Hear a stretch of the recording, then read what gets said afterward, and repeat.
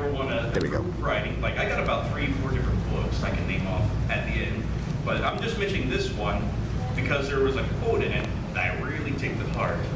And they start with question, do you know what this word is?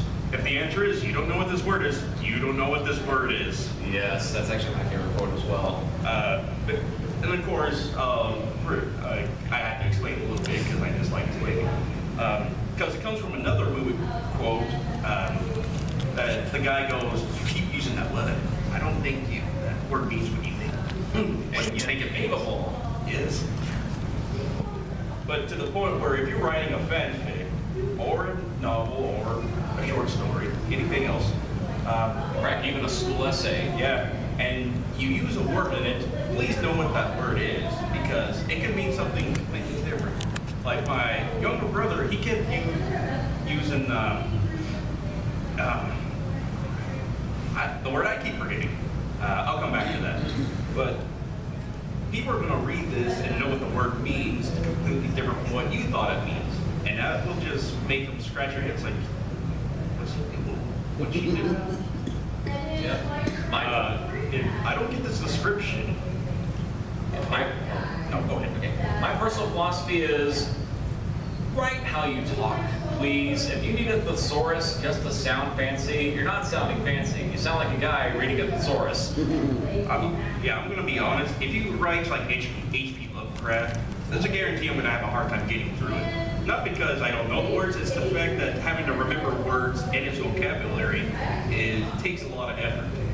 And funny enough, H.P. Lovecraft actually outlined how he writes. How he writes is, first he writes the events in chronological order, then he writes the events in how they happen in the plot, and then he writes a rough draft in plain language, and then he says his final thing is going through a thesaurus and then fancying up all the words. So I recommend just cutting out the last step unless you're doing an H.P. Lovecraft parody. In fact, I had a creative writer teacher that told me, it's like, you know this big word right here? There's a much simpler word that I would like you to use. In fact, I made some corrections here about simple words that you can use instead of these ones. And of course, I changed that. It's like, oh, now this is much better. I can actually read it without having to stop.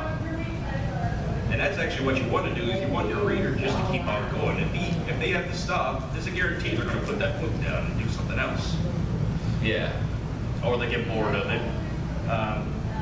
Much how the lore to King of Thrones is, there is just so much background, so much information dumped that they like to give out, that you actually do have to stop and think about all that is given to you. And that's the other thing. It's always good to give information about stuff, but you should do it along the lines of the plot. Granted, if there's a certain situation that calls for something specific, like this is also in How Not to Write a Novel. Gerald here had to swim and hold his breath for at least a minute and a half. Good thing he wasn't an Olympic athlete. No, that doesn't work. That's just instantly giving your guy a power, or seeming like it did. Now, whenever he originally made the character, he could have put that in there, and he could have been an athlete at one point. But we just now know the information. That just sounds like he's like, oh, suddenly he has a power. Good thing I remembered I'm invincible. But if you say like about a chapter or chapter 2 before, it's like, you never had to go through this kind of thing before. You just remember being a simple Olympic athlete that only had to train for a certain year. And then that plot comes along, it's like, now he had to hold his breath for a minute and a half. Now it makes more sense. It seems like, hey, he had an established background. Yeah. So he doesn't have an instant power. I actually have a name for this. It's called the 75% rule. I never introduce anything in the first 75% of your story. Like, never introduce anything new after 75% of your story. Like, let's say, like, early in the story, you, again, like, if the climax has the character drowning and suddenly they remember they're an Olympic athlete, it's like, that's cheating. But if you establish it way earlier, then bam, you can use it after that 75%. Like, who here has seen pretty much any movie by Edgar Wright? Shaun of the Dead, or, oh yeah, Hot Fuzz. Like, early on in every single one of those stories, it's like, oh, the Winchester, there's a gun right there, but they say it's never been used. Or it's like, And then later in the story, it's like, oh man, we're surrounded by zombies. Hey, there's the gun, but it's never been used. Okay, but dogs still can't look up. Or Hot Fuzz, like we introduce all the different townsfolk and all the different stuff. And in the finale, they exploit their weaknesses to fight them all. Or Marvel is another example of the 75% rule. Like Iron Man, early on, he has to get rid of that core that's about to die, and then he puts in a new one. Then, I won't say much other than that eventually he's going to need that core again. Or the Avengers. Let's see, what else? Well, or Guardians of the Galaxy. Yeah. Like, you name it, Marvel is like a stickler for the 75% rule. Or Guardians of the Galaxy 2. Who here hasn't seen Guardians of the Galaxy 2? You two have. Okay, when you see it, I'll just say this. Pay very close attention to when Peter Star-Lord Quill says, there's going to be a big old statue of Pac-Man right there. It makes sense when you see the whole movie. Also, yes? Well, that is literally Chekhov's gun. Yeah. You know, the playwright Chekhov says, introduce a gun in the first act, you have to fire it by the third act. Yep. Oh, yeah. But I also have a slightly different one. It's more of a self-made one. I just call it situational information. Because this one group I hung out with, we did a little role-play thing. This one person just, every time he meets a new person, he's got to dump everything out at once. Just his background, his character background, what he's doing, his purpose in life. It's like, I don't care enough about your character to even listen to this. Yeah. But what I suggest is whenever you introduce a character, you should describe who they are, not what they are. Well, unless they're a werewolf, then you should probably mention that. Even then, you should mention that a little bit later. Like, you just have this normal human girl, about 5'6", 120 pounds. And then you just go from there. She does stuff, and all of a sudden, kind of appears like she has this sudden cravings when the movie gets older and older. And it's like, okay, what's going to happen? Then the full moon happens. She's a werewolf. Okay, I can get that. But if you mention it's like she's a werewolf, she can jump, she can fight, she can blah, blah, blah, blah, blah. It's like, no, stop it. Yeah. Alternatively, something I wrote in my own little original character guide, it's personality trumps backstory and what they are and what they look like. Mm-hmm. Like, I have examples of original characters like big elaborate wings and costumes and like 30 books worth of backstory versus Cherno the Ice Fairy, who's like an arrogant little fairy who thinks she's the strongest and actually can hold her own in a fight. And, who in the recent game got a tan? And he's dressed up as Cherno, funny enough. He needs to be more tanned. Yes. He's not tan. But yeah, that is why most Toho fans think little, arrogant, but hilarious Ice Fairy who does her best and actually succeeds is more interesting than super elaborate backstory character. Yeah. And the biggest thing about that is where do they go on the alignment? Are they good? Are they evil? Do you believe in alignment? Well, that's a good question. There has actually been quite a few questions directed at me when people ask, how do I know these people, if I should make them evil or good? It's like, well, how do they act around people? How do they act? How do they feel about the environment around them? Is there a government? How do they feel about the government in place? Do they feel like they need to obey every rule that the government gives, or do they feel they can pick and choose which law they want? It's stuff like that that you have to determine what alignment your character is going to go with and how your character is going to react to that. The biggest example, of course, I like to use is, of course, Superman, who believes that everyone should just be nice, play nice, we shouldn't kill each other. In fact, his biggest model is don't kill people just because they're doing stuff. There's other ways to stop evil other than murdering other people. Lawful good, Dungeons and Dragons, right? Yeah. Well, I was trying to build up to that. Oh, gee, sorry. You're fine. But then you have like Deadpool, who's a bit more chaotic, who believes he can break any rule he wants, do anything he wants. In fact, he really does because of his powers, and because he's practically insane, has 3 different personalities. Which is funny because if you read some of the comics, he often gets in arguments about him. including about a cherry made out of plastic explosives. He then later gets called into a really fancy office by a guy who wants to contract him. And the guy actually says, "Isn't this a nice cherry?" He's like, "Yeah, but it's made out of plastic explosives." It's like, what? But he still likes to, lean towards helping people more than injuring people. He's still a mercenary, of course, and he does the every once in a bad thing. So I think, well, actually, he'd be more neutral than good, but he still likes to do more the right thing than the bad thing. But it's the fact that he'll destroy anything, break anything, including rip off his own arm, just to make sure that whatever he's doing gets accomplished. As he said in the movie, I'm not a good guy, I'm just a bad guy who beats up the worst guys. That's a good one. Then you have to ask yourself, well, what makes my character a bad character? Well, I'm pretty sure some of you have seen this on the internet. Who hasn't been on the internet before? You be quiet. And there's this tier list that goes from top to bottom that describes what kind of tier and where a character belongs. And of course, there's been different ones. There's been Game of Thrones, there's been video game character, there's been Marvel super villains. But like the worst tier that was described was bad guy shows up, he wants to kill everyone or rule the world or both. And like there's no motivation, he just wants to do this. Then it starts going up. There's more of a neutral tier where he says he wants to rule the world because he just wants to rule over everyone and have minions do his bidding. But okay, at least you have a reason.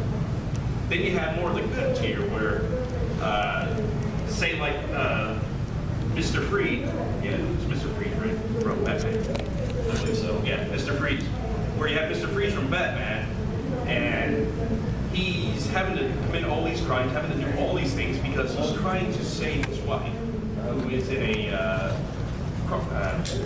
frozen, cryogenic, yeah. She's in a cryogenic state because she has a virus that is uncurable right now, and he's trying his best to figure out how to solve this, but the scientists have rejected his ways of trying to cure her, so he needs his own funding, so he commits crimes to help his funding to help cure her disease. So you start getting like, well, he's still doing bad things, but he's doing for a good cause, Also known as the anti-villain. Yeah, and basically, the ultimate saying is the path to path to hell is paved with good intentions. And then you got top tier, which is one of my favorite, and I discussed this with Spastic a few It's times. one of my favorites as well. Who all has read the comic or watched the movie Watchmen? Not many? I would suggest it. It is a very good series. I'll just give you a small overview. Basically, a while ago, a bunch of vigilantes just decided to dress up as superheroes. In fact, the only one to have was a superhero. Dr. Manhattan. Yeah, Dr. Manhattan. He's the only one that actually has superpowers. The rest are just gadgets, kind of like Batman kind of thing. Well, after a while, a little after the Vietnam War, there was a protest against vigilantism. So They're taking jobs away from the police. Like they thought, oh, they're like amoral, they're reckless. And like Dr. Manhattan, like he has so much power that he's like, why should I save humanity? A dead body has the exact same amount of atoms as a living one, so who cares? yeah, it escalates from that. They end up losing all the superheroes. The only one who really starts doing his own investigation is Rorschach. But so it gets to where then the ones who were part of the superhero group start dying off. And long story short, one of the villains, what's his name? Sorry, Well, there's the villain, then there's the actual bad guy of Watchmen. yeah, what was the one? Who had the big plot point there? Well, I forgot the name of the villain, but I don't want to spoil it anyway. Yeah, true. We shouldn't spoil it. But basically, he had this big, huge reason why he was doing all this. And I think you explained it better than I did. Well, funny enough, Rorschach explained it too. Like basically said, Somebody's trying to pick out costume heroes because they found out something that no one else wants to know. And that's why they want to kill us, so no one can stop them. So we gotta find out the truth. And so Rorschach goes on this investigation to find out who really did it. And then they find Batty McBatterson, and it turns out the whole reason that he's doing this plan is so he can, like, it takes place during like alternate history, like the Cold War never ended, and this guy wants to end the Cold War by uniting the United States and Russia against a new common enemy. And depending on whether it's the comic or the movie, basically it's two different threats with the same outcome. And basically they cause worldwide genocide, but yay, cause world peace. But then Rorschach is all like, no, this isn't gonna fly, I'm gonna tell everyone the truth. And without saying much, let's just say that if Rorschach were to let out the truth, it would cause even worse problems. So either way, you either have genocide on one hand, or even worse genocide on the other hand. Who wins? It basically asks yourself who was the real villain and who was the real hero. Yeah. It was one of those really thoughtful comics that really got you thinking, and you realize, wow, you can't even decipher who was really bad in this, even though the first guy wanted to do genocide. He still had a huge and normal cause, and if something else happened, it would cause him worse genocide. So he was trying to pick out the lesser of the two evils. And if you can get people to think like that, it's like, I want to know more villains like that. Yeah, Henry. Well, see, time travel stories often do that. You know, one of the most common ones is Let's Kill Hitler. But then, you know, the old RTS series, Command and Conquer, Red Alert. My favorite. Yeah, they go back to kill Hitler, but then it causes the Cold War to go hot. Yeah, so now Stalin Russia becomes versus the US. aggressive and becomes, you know, takes over. So, you know, let's think about time travel. Yeah. In fact, that's how most of them kind of began. It's like, oh, we shouldn't have done this. We should kill people. Go back and, in fact, I remember the third one, the plot point to that one was someone goes back in time and kills Einstein before he kills Hitler. Well, then Japan attacks them, and they're like, launch our nuclear weapons. Like, we don't have them. They were never invented. It's like, well, uh-oh. And that was one of my favorites because it was Tim Curry. That was the premiere. Yes. Or heck, even Back to the Future is another example, because in part one, like, Marty goes back in time and he knows that his dad's going to get hit with the car, so he pushes his dad out of the way, but that's how his parents met, so now his mom's falling in love with him instead. So Awkward. Now he has his parents. And then in part two, he's like, oh, I'm going to get this this almanac, go back in time, make a bunch of bets. Turns out someone out, like one of the baddies takes the almanac, goes back, and does the same thing. It was old Biff. Yeah, I'm just saying for the people who haven't seen it. But yeah, you had your hand raised over here, or? Okay, never mind. Yes. Okay, so we talked about the fun stuff. Let's talk about the horrible stuff of writing, and that's actually trying to get approval of whoever is reading your stuff. And I mean just, you know, fans, random readers, publishers, even if you got an agent for a writer, one of them too, because you got to go through all kinds of steps just to get recognized as even a writer. But the biggest and most prominent thing you can do is just practice. Yes. You all know who Pablo Castle is. I'll give you a clue. He was a cello player. No one? Okay. Well, it was a bit ago. He was a cello player that started out in Venezuela. All he did was he did nothing but practice on the cello, and it got to the point where he kept getting invited into different presidential suites. He played for Truman, he played for Kennedy. He died off around 1986, I believe. He lived to be 98. But this was done in a George Collin interview, but he mentioned this. During an interview with Pablo, the people had asked why he still keeps playing 3 hours a day. And his response was, I keep hearing myself getting a little better. And, you know, that's kind of how I feel too. It's like the more I write, the better I get. The more I look over my mistakes. And I go back to past stories and I actually start correcting those too. It's like, okay, I can make this better. I'm not describing enough. What is this character doing? Okay, let's put that in. It's a bit tedious at times, and of course you got to take your breaks, but you just got to keep practicing it, just like any other skill you got. Eventually, you will get recognized. Like it took me, I don't know, 20 years before I actually got recognized as a writer. And even then, you know, I I actually had this famous children's book author. Anyone know who Bill Wallace is? He wrote two of his famous books. Incredibly gross, but you know, they're for kids. They're mostly they're boy books. But he actually came to my elementary school at the time back in 1990. Yeah, I was in third grade. In 1990, and he was showing everyone who wanted to be an inspired writer what it took. And what he did was he brought one of his newest books up here, and it's like, this, my publisher did it like this one. It had big old X's on it. Then he just pulled the page, another big X on it. Another one, there was like a lot of lines crossed out. He's like, I wrote at least 5 books now. I'm still getting this. Yeah. A lot of writers actually collect their rejection letters, bad reviews, wear them as badges of honor. Yeah. So when they finally do publish it, it's like, yay, I finally got it done. In fact, I actually got a writing book made by Stephen King. On writing? Yep, on writing. Yep, a classic.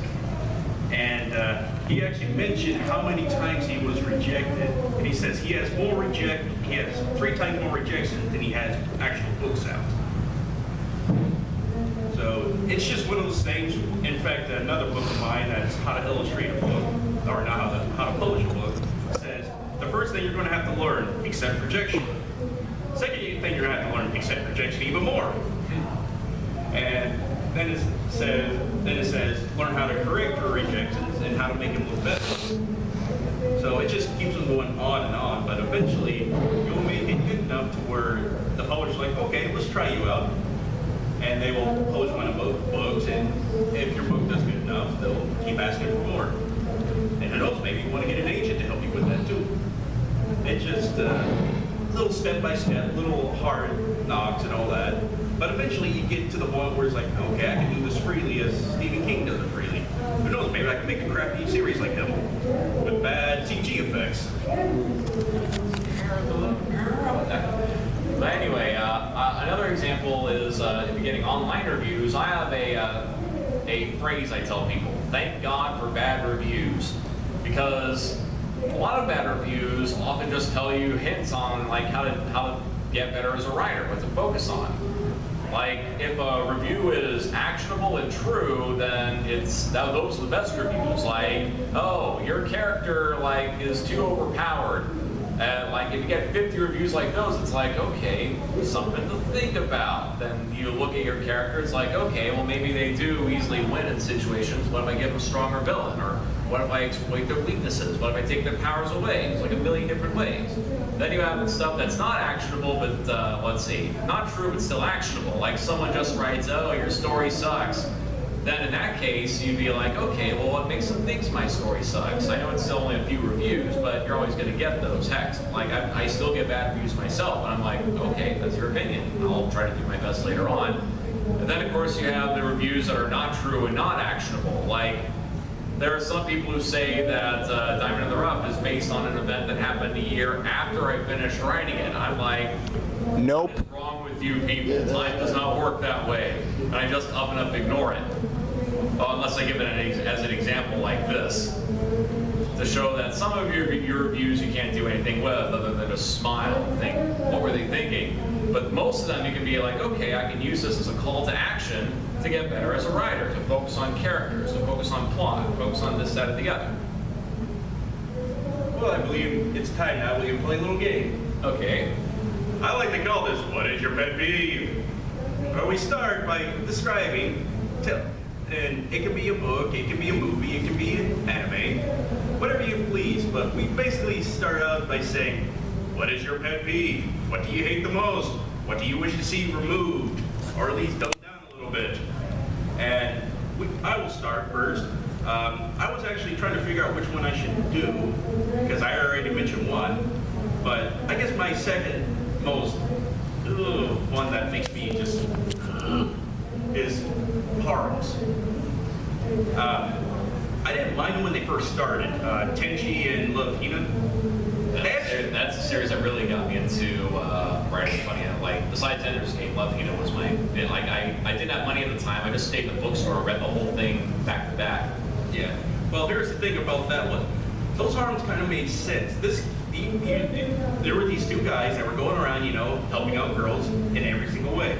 Like in Tenchi's case, he saved them from different kind of villains. That made sense that they were following him. Whereas Love Hina, In Kiddo's case, he's kind of stuck there because like his grandma gives him this inn, which is turned into all-girls leasing apartments. None of them like each other. Like every single character has a weakness. And in fact, I have a personal rule. In fact, they even animated the first chapter of it because here's the rule. Can the harem series survive without the fan service? If it can, it's a good series. And this series definitely can because it's all about these different characters who are immature, broken, like isolated and alone, coming together and like overcoming their weaknesses. But yeah, the thing is, what makes that series work is all of them are screwed up in one way or another, and all of them need each other to survive. They're all stuck in the same location. They can't leave. They can't get out. And when they finally do, they're all chasing each other around, be like, wait, come back. yeah, so to a point where if they start out just wanting to kill each other, now they don't think they can live without each other. Yeah. To the point where, like you said, they even get stuck on an island because of it. Yeah. Several times. Yeah. It's funny because it started out like the main character's like, the only hobby I'm good at is taking print club photos of myself. And then like in the first episode, him and the main girl, they take a photo together. But by the end of it, all of them crowd into a single photo booth and all take a group picture together. Shows they finally have come together. And he learned a lot of very art skills like martial arts. Oh yeah. Like throughout the series, there's the samurai girl who's always challenging the duels and he always wins by luck, but in the end, he's actually able to beat her hand up like one-on-one.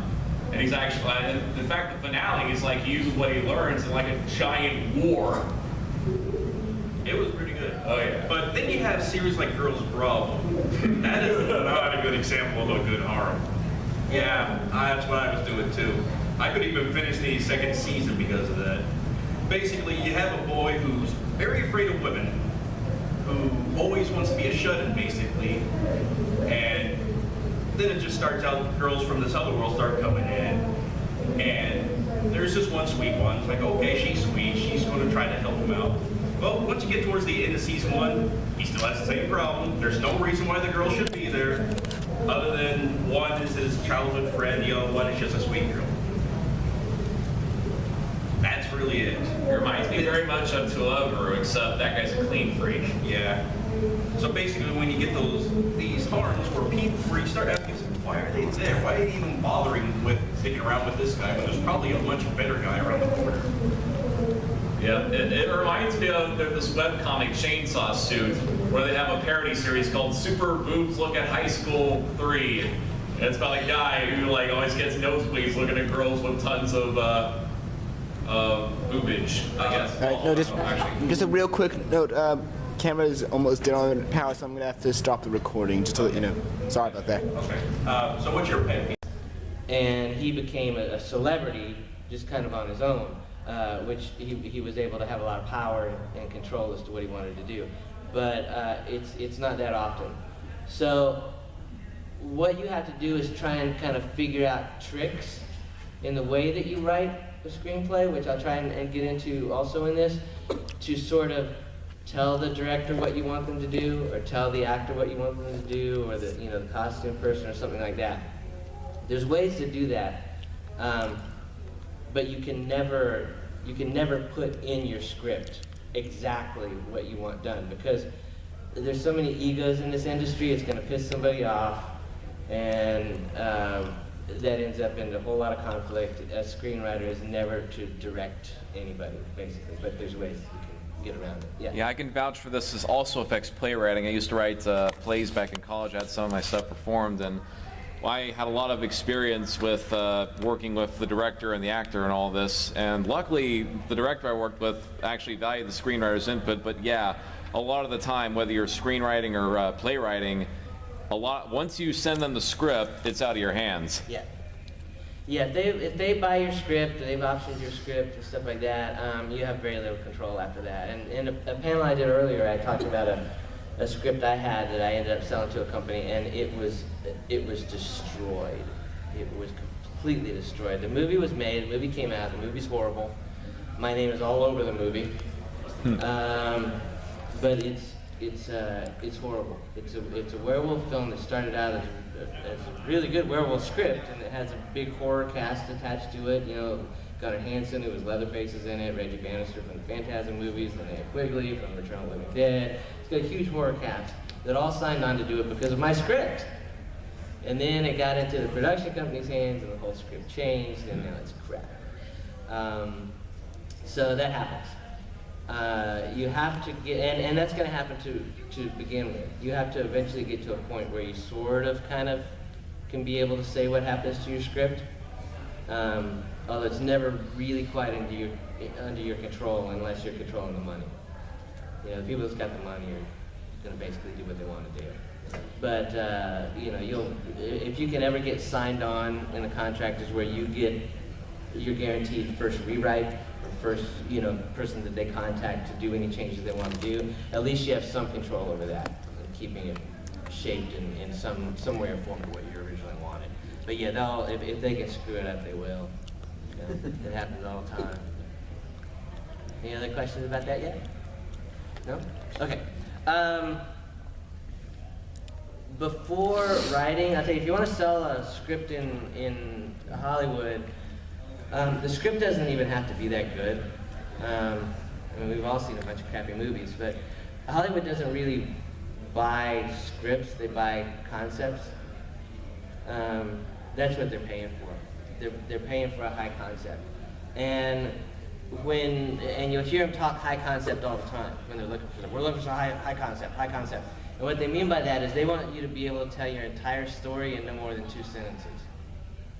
So if you can tell them, basically, they get the whole idea of your story within a couple of sentences, then it's worth money to them.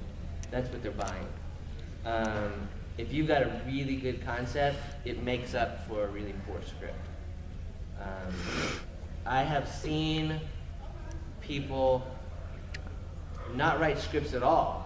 They will contact production companies and they have a concept, and they'll contact the production company and say, I've got this concept, and they'll pitch them the couple sentences, and they'll go, okay, there's $200,000. They don't even have a script, and then they'll go write the script. Because that's what they're really buying, is they're buying concept.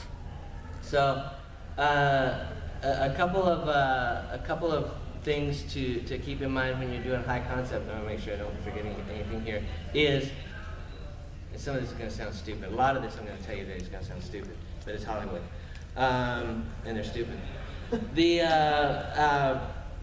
For good concept, high concept, they want it to be easily understood, pretty much 8th grade level. If an 8th grader can understand your 2 sentences and get the whole concept of your film out of that, you're on the right track. No more than 2 sentences, I mentioned. They want a decent character with a good hook, what he's trying to do. And they want it to be, and you see this gets worse and worse all the time in Hollywood now. You see mostly remakes and sequels coming out. It's because they want it to be an original idea, kind of, but with a lot of familiar elements. So if you can keep it similar to something everyone's seen, but still take it, kind of get a fresh take on it, that's what they're looking for, because they're very insecure about anything completely original, especially now. They would rather, because Hollywood's losing a lot of money, they would rather it be a familiar idea or concept that they know has already made money, that you're just taking a fresh look at. So basically, that's that. If you can come up with a 2-sentence hook that sort of hits all those things, then more than likely they're going to be interested. Yeah. How is the production and script concept and pitching that to the production company different from film and television? There's not a whole lot of difference, really, in pitching film television. Television is looking for the same thing. They're looking for a good hook. It's a different style of writing, though. A lot of people, they ask me, they say, I want to write for television, I don't want to write for film. And it's recommended, really, that you write a feature screenplay. Even if you want to write for television, write a feature, because it's easier. And And we're pretty much, oh, there's a ring. We're pretty much waiting for the, at least I am, waiting for the Blue Extra to start above the Kyoto Saka. I like the idea of using the white hair for the flames. This is gonna be just really good. I'm trying to come up with an idea to actually make it move. Like the paper, like the fabric and stuff with a little fan. I just tried to figure out stuff how that would be possible. I saw one in my one yesterday. It's gonna be great. Of course, I'm gonna have to turn this off. Oh, she's using that. I like your style. Thank you. Oh, savage. You know, there's not that many. There's not that many cosplayers entering here. As I'm looking in the back, I get most of the Blue Extras cosplayers are already up here in front.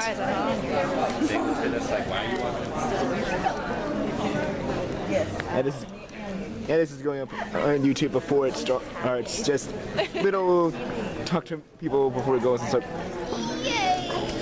We're gonna be surprised. I did the You did the what? I did the MI one, yay. You hear me? Yeah. I remember what. Actually, say it again in front of the camera. Yay! This is gonna be great, folks. I'm gonna stop the recording here for a moment to see what happens, and I don't go on it very much. you're not gonna obviously see any of this because here we go. Here we go to actually record the dub from here. That is. No, don't record it. That's illegal. I'm not gonna record the dub. I'm recording before it starts, and I'll keep that in for why not. Okay, not entirely home yet, but I'll show off the loot I got since the con ended. Okay, so sadly, Vanguard pretty much was dying at. I couldn't get much at the tournament, but Vanguard was sadly dying at Texas apparently. My spark to try and revive it kind of went a little nuts element. So, through packs I bought, I got these three. There are other cards I got, but those ones I'm actually gonna sell. There's also cards I'm gonna give away to like Wave Design and TD. They'll get those. You guys will get those soon.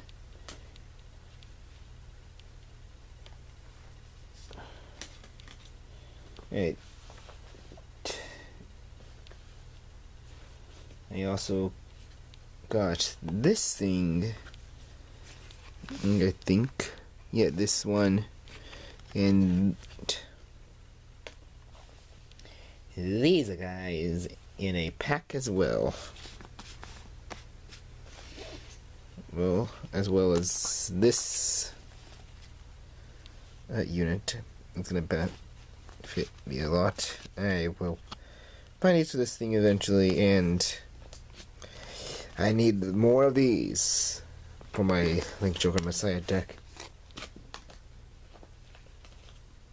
Glory Maelstrom that I got before.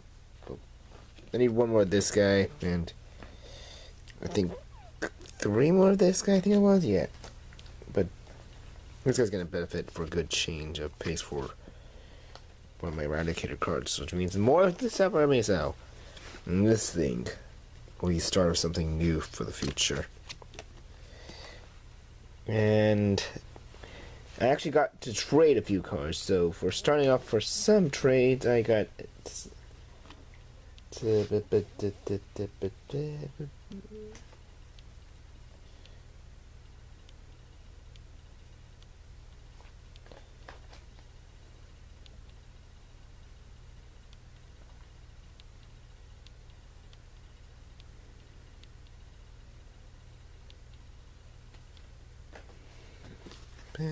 this little guy right here.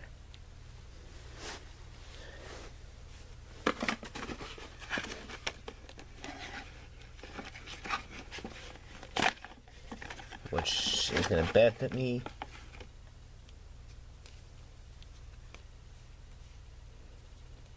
For the future. It's going to be a really good unit. For my Aqua Force cards. I also managed to get this little guy in a trade, which is also going to benefit for Axel.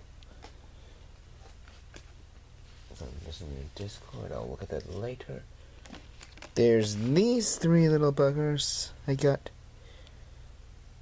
which I know some people say like I only need 1, but I'm gonna have 3 just for the heck of it. Yeah, quality is not that bad, I'd say.